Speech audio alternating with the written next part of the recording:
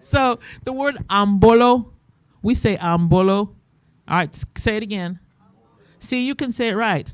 But people that are not us will say ambolo. And it was so hard. I remember when we lived in Michigan, my parents were tutoring this young man, and he'd say, "I'm below," and my mother said, "You're below what?" I don't get that. Oh, bless their hearts. But anyway, so they came. They were in Cameroon. They did all these wonderful things, and today I'm just going to give you a brief story about somebody that I totally admire. On another day, I'll tell you the whole complete story. But there was the Moody Bible Institute in Chicago sent a lot of people into the mission fields. And there was a woman named Lucia Hammond Cousins, who came to Cameroon in the 1800s. Okay, she and her husband were there. They were missionaries, and the reason why I just absolutely love Lucia Cousins was because she was a strong believer that we as African people can live on our own. We know who God is. We know what God has done. We are grateful for what God has done and shown us. And she believed that as Africans, we didn't need people to come to tell us who God is. And she was one of those people who said, all right, let us help them build those hospitals and schools and all kinds of things. She was just a strong component of that. Now, my favorite thing about her is she was a martyr, all right? That means she was killed while she was in service. And I used to, and you know, my mother would tell me the story. She said, okay, I'm going to tell you the story now. And she thought it was the coolest story. She said, you know, Madame Cousins, who was called Abung, Abung, okay? And that was, that means beautiful, okay? And then Akon, and that means illness, okay?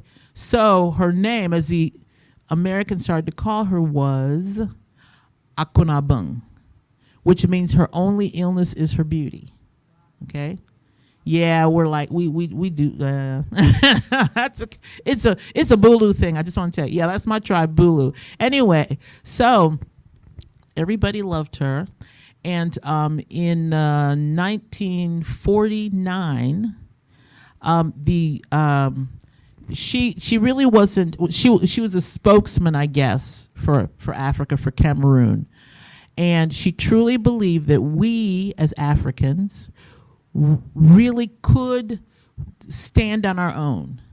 Now, at that time, just a little bit of history. You know, World War II was over, and Europe. Don't you love Europe? They were trying to divide up Africa among themselves. I'm telling you, Europeans are crazy, all right? They wanted to take all these countries. They wanted Cameroon. Actually, the British and the French divided Cameroon up. And then, just real quick history. Okay, you know, we as African people, we are tribal people. In Cameroon, we've got all these tribes. We've got 250 languages. And then the Europeans come in and they say, we're going to cut you up. But they didn't cut us up by tribe. No, they just cut us up by, oh, I like this section, so we're going to take this.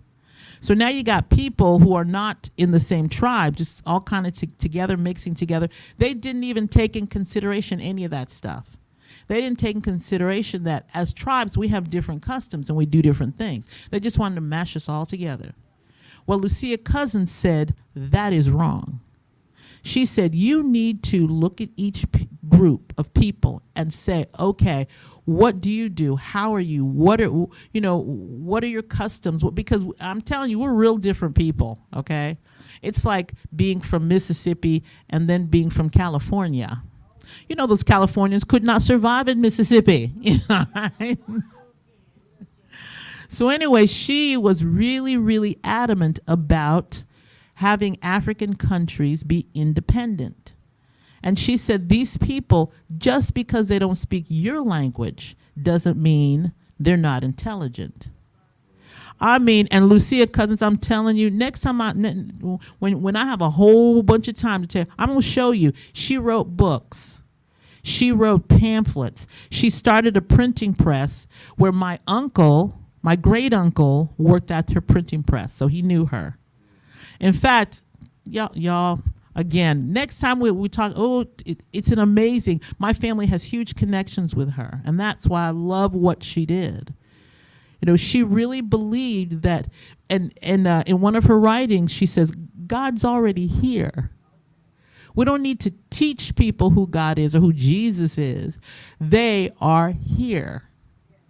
And she was very, very outspoken about that. Well, so as I told you, mostly American delegation was going to come and see what's going on. You know, the United Nations, they were going to see what's going on in Africa. And 2 weeks before they came, she was murdered. And so now, my mother used to tell me this story all the time as a bedtime story. And, right. And I'm like, what? I am a child. Why are you telling me this?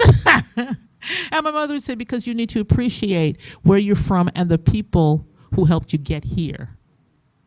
All right. And I didn't understand that, but I understand it now. Oh, yeah, she was a total martyr. And so as I got older, though, I started doing a little bit of research of that. And let me tell you, God is so good. So I told my father one time, I said, I need some information about it. And he goes, okay. So he started writing to old missionaries and